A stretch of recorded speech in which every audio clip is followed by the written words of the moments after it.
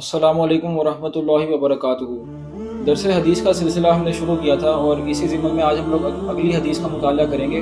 ये हदीस अब्दुल्लाह इब्न उमर रज़ियल्लाहु ताला अन्हा से रवायत है और वो कहते हैं कि रसूलुल्लाह सल्लल्लाहु अलैहि वसल्लम ने फरमाया कि इस्लाम की बुनियाद 5 चीज़ों पर कायम है। सबसे पहले इस बात का इकरार करना कि अल्लाह ताला ही इबादत के लायक है और रसूलुल्लाह सल्लल्लाहु अलैहि वसल्लम अल्लाह ताला के आखिरी रसूल और नबी हैं। दूसरे नंबर पर नमाज कायम करना, ज़कात देना, रमज़ान के रोज़े रखना और हज अदा करना। ये 5 चीज़ें वो हैं जिन पर इस्लाम की इमारत कायम है। अब कलमा जब हम लोग कहते हैं अशहदु अल्ला इलाहा इल्लल्लाहु व अशहदु अन्ना मुहम्मदुर रसूलुल्लाह, तो हम लोग अपनी ज़ुबान से भी इकरार करते हैं और अपने दिल में भी हम लोग इस बात पर यकीन करते हैं कि वाकई में अल्लाह ही इबादत के लायक है और रसूलुल्लाह सल्लल्लाहु अलैहि वसल्लम जो है वो अल्लाह ताला के रसूल हैं। यानी इसके लिए हमें 2 चीज़ें चाहिए, इकरारुम बिल लिसान और तस्दीक बिल क़ल्ब। ये 2 चीज़ें हमारे कलमे को पूरा करती हैं। उसके बाद आती है चीज़ नमाज।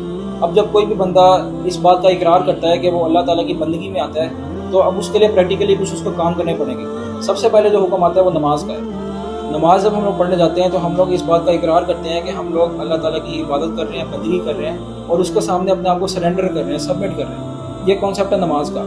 उसके बाद आता है रोज़ा। रोज़ा का मकसद है कि अल्लाह ताला कुरान पाक में फरमाता है कि ऐ ईमान वालों, तुम पर रोज़े फ़र्ज़ किए गए हैं जिस तरह तुमसे पहले लोगों पर फ़र्ज़ किए गए थे, ताकि तुम तकवा इख्तियार करो। यानी रोज़े का जो मेन मकसद है वो ये है कि हमारा सेल्फ कंट्रोल डेवलप हो, हम लोग अपने आप को कंट्रोल कर सकें।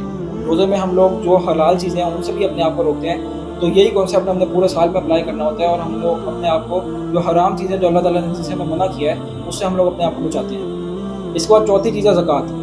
अब ज़कात का कॉन्सेप्ट इस्लाम में इसलिए है कि ताकि मनी की जो पैसा है उसकी सर्कुलेशन हो पूरे माशरे में।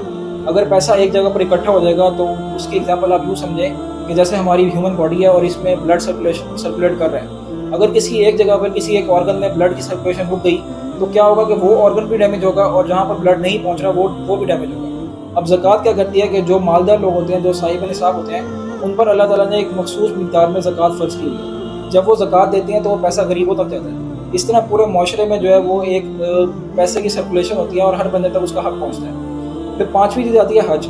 अब हज का कॉन्सेप्ट ये है कि हज में कोई भी बंदा अमीर हो, गरीब हो, काला हो, गोरा हो, कहीं से भी हो, अरबी हो, अजमी हो, कहीं भी हो, उसका लिबास सेम होता है, जगह सेम होती है, इबादत सेम होती है। हज जो है वो तमाम मुस्लिम उम्मा को यूनाइट करती है, तो हर लोगों में, तमाम लोगों में बराबरी का एक पैगाम पहुंचाती है कि सारे मुसलमान जो है वो बराबर हैं। ये 5 चीज़ें वो हैं जो हमने अभी हदीस के देखी कि ये इन 5 चीज़ों पर इस्लाम की इमारत कायम है। अब यहाँ पर एक और बात भी समझने की ज़रूरी है कि फॉर एग्जांपल जब हम लोग कंस्ट्रक्शन करते हैं, हम लोग किसी बिल्डिंग की तामीर करते हैं, तो हम लोग देखते हैं कि सबसे पहले पिलर बनते हैं। लेकिन वो पिलर सिर्फ उस बिल्डिंग का मकसद नहीं होता, वो पिलर सिर्फ उस बिल्डिंग को मजबूत करने के लिए हम लोग खड़े करते हैं। लेकिन असल बिल्डिंग जो होती है वो उन पिलर्स के बाद बनती है। इसी तरह ये 5 भी जो हैं ये इस्लाम के पिलर्स हैं। इन पर हम लोग अपनी दीन की पूरी इमारत को कायम करेंगे। अगर ये पिलर्स नहीं होंगे तो हमारी दीन की जो इमारत है उसका तसव्वुर ही मुमकिन नहीं है। लेकिन ये भी सोचना कि सिर्फ यही दीन है वो भी गलत बात है।